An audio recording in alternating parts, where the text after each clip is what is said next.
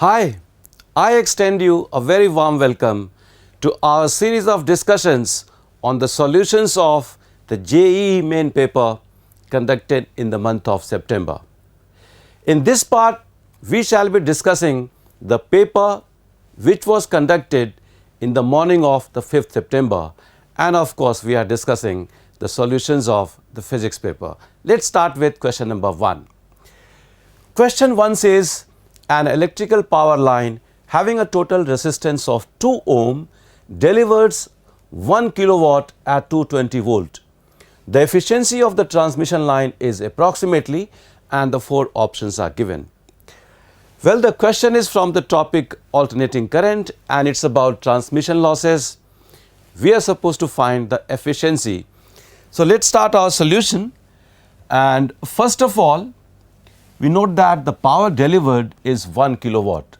So let's call it PD for power delivered. The value is given as 1 kilowatt, or let's say 1000 watt, right? What is the transmission loss?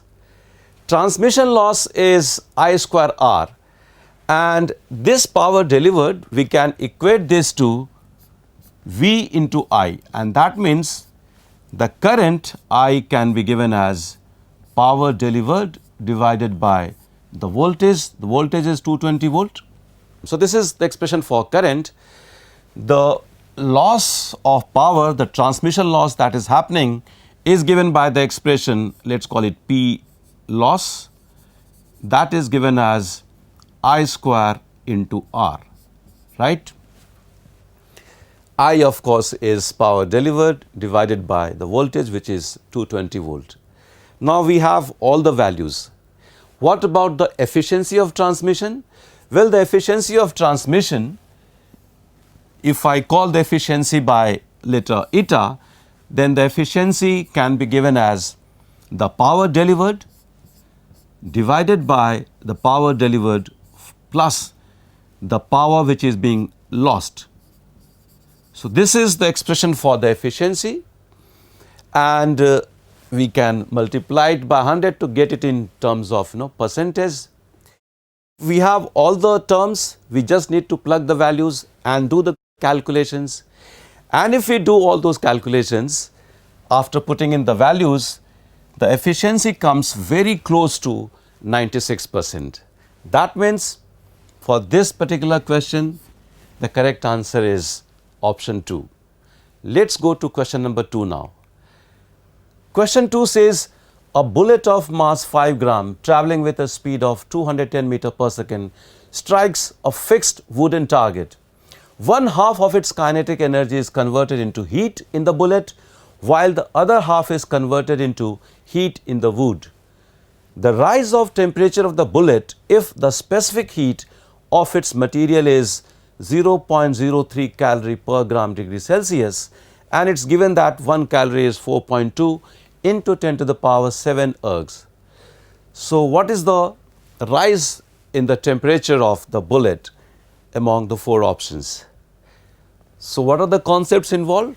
Well, one part is that half of the kinetic energy of the bullet is converting into heat. So it's related to thermal properties of matter, and there is a bit of calorimetry because there is rise of temperature involved. So with all these concepts, let's try our solution, and we can equate the heat absorbed in the process of the rise of temperature, that will be ms delta T, because half of the kinetic energy of the bullet is converting into heat here.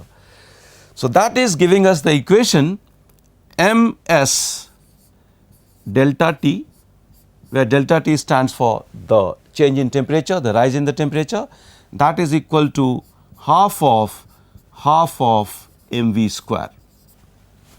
And the expression for delta T, from this we can strike off m on both sides, and the rise in temperature then comes out as v square divided by 4 into s.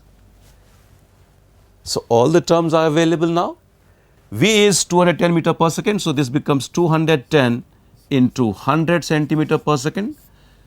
Let's square it, divide it by 4, and the specific heat is given as 0.03 calorie per gram per degree Celsius. So, we need to multiply it with 4.2 into 10 to the power 7. Now, since all the quantities are in CGS units, not SI units, the rise in temperature, we will finally get it in terms of degree centigrade. And on solving this, the value is very close to about 87.5 degrees Celsius. So, that means option 2 is the correct one for this particular question.